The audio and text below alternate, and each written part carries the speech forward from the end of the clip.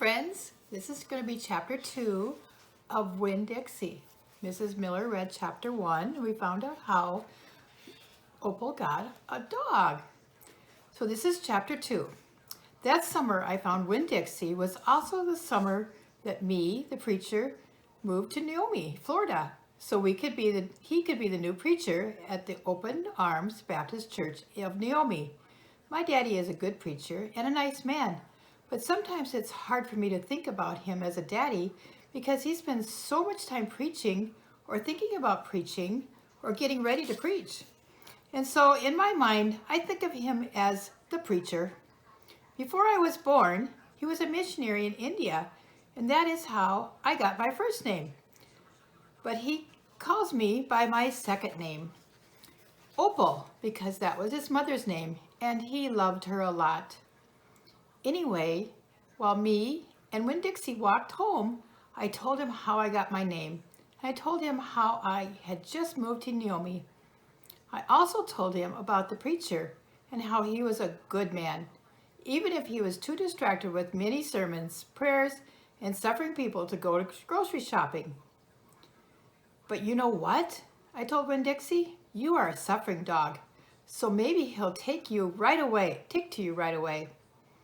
Maybe he'll let me keep you. Winn Dixie looked up at me and he wagged his tail and he was kind of limping like something was wrong with one of his legs. And I have to admit, he stunk. He was an ugly dog. But already I loved him with all of my heart. When he got to the Friendly Corners trailer park, I told Winn Dixie that he had to behave right, be quiet, because this is what an all-adult trailer park. And the only reason I got to live in it was because the preacher was a preacher and I was a good, quiet kid. And that was the Friendly Corners trailer park manager, Mr. Alfred, called an exception. And I told Winn Dixie that he had to act like an exception too. Specifically, I told him not to pick any fights with Mr. Alfred's cats or Miss Ditwaller's little yippy Yorkie dog, Samuel. Winn Dixie looked up at me while I was telling him everything, and I swear he understood. Sir, I told him, when we get to my trailer. He sat right down. He had good manners. Stay here, I told him. I'll be right back. The preacher was sitting in the living room, working at a little folding table. He had papers spread all around him, and he was rubbing his nose, which means he was thinking hard. Daddy? I said.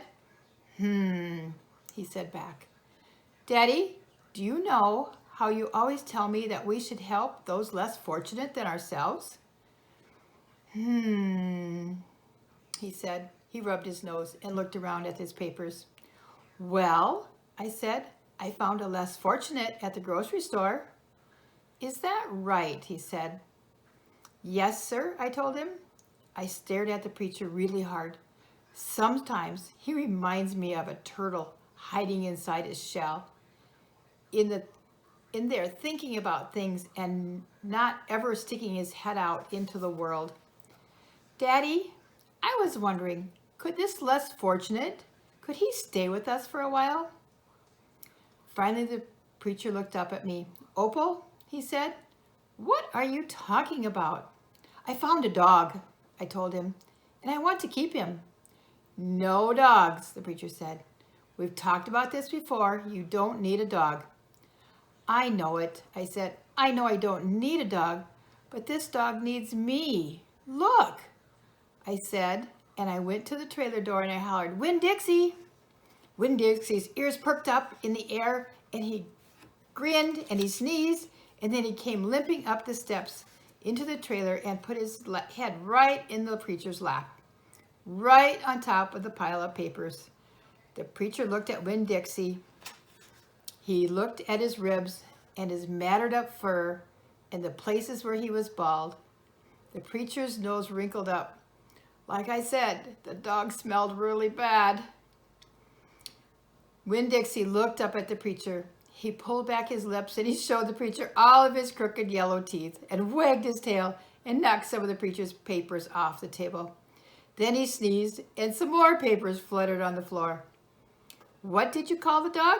The the preacher asked. Winn Dixie, I whispered. I was afraid to say anything too loud. I could see that Winn Dixie was having a good effect on the preacher. He was making him poke his head out of his shell.